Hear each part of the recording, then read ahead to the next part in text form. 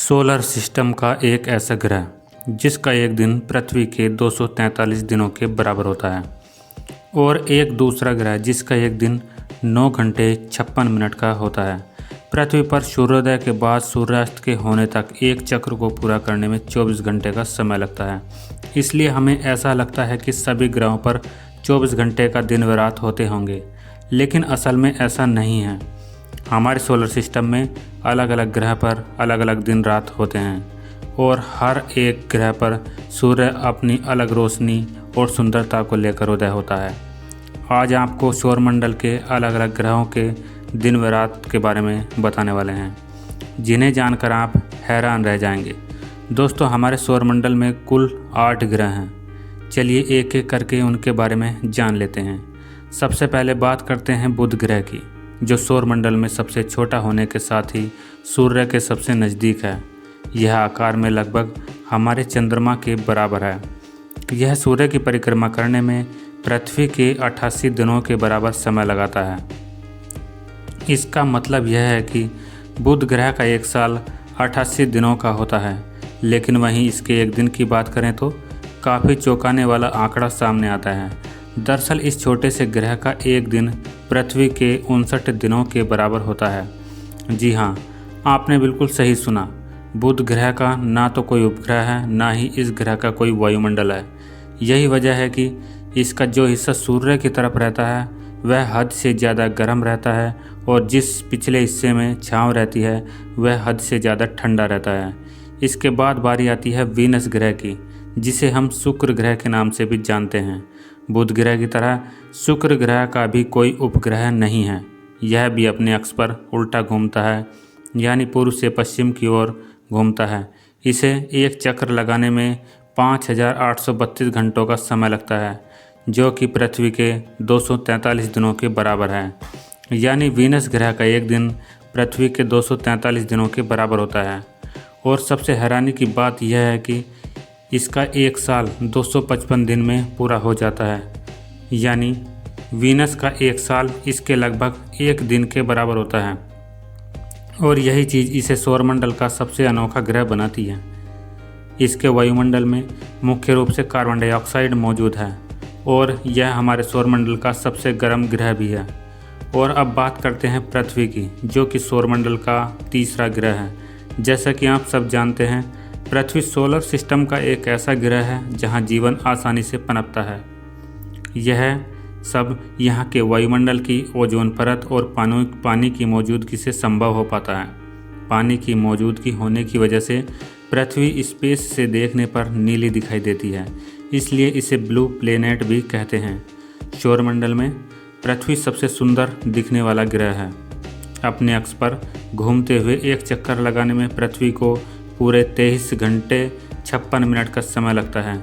सुविधा के लिए एक दिन को 24 घंटों का ही मानते हैं। वहीं सूर्य की परिक्रमा करने में इसे 365 दिन 6 घंटे 48 मिनट और 45 सेकंड का समय लगता है।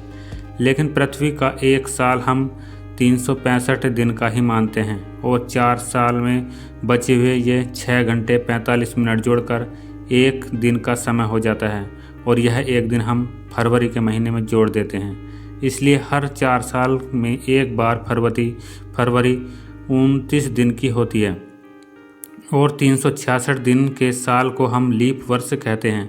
और अब बारी आती है मंगल ग्रह की, जो कि सौरमंडल का चौथा ग्रह है। यह आकार में हमारे पृथ्वी से लगभग आधा है।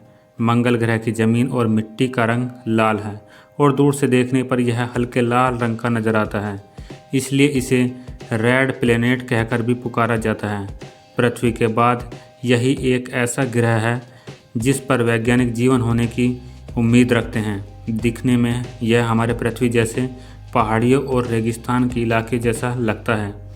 सौरमंडल का सबसे ऊंचा पर्वत ओलंपस पर्वत इस ग्रह पर ही मौजूद है। अपनी धुरी का एक चक्कर पूरा करने में 24 घंटे 37 मिनट और 22.01 सेकंड का समय लगाता है।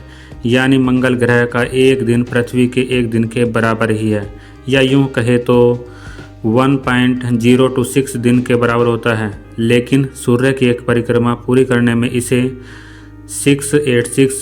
0.98 दिन का समय लगता है। इसका मतलब यह है कि मंगल ग्रह का एक साल हमारे पृथ्वी के 2 सालों से भी ज़्यादा बड़ा होता है। वैसे क्या आपको लगता है हम इंसान मंगल ग्रह पर बस्ती बसाने में कामयाब हो पाएंगे या नहीं?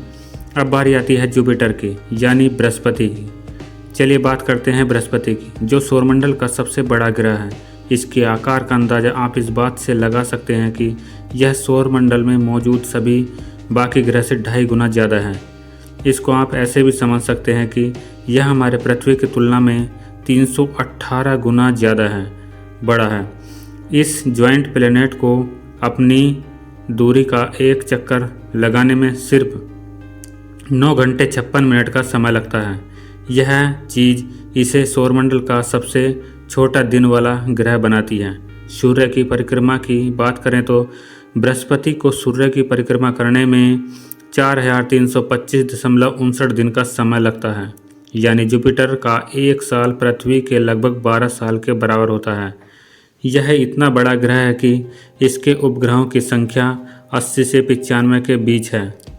सैटर्न यानी शनि जुपिटर के बाद सौरमंडल का दूसरा सबसे बड़ा ग्रह है।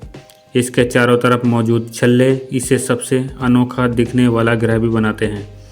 अपनी दूरी पर एक चक्कर पूरा करने में शनि को 10 घंटे 40 मिनट का समय लगता है।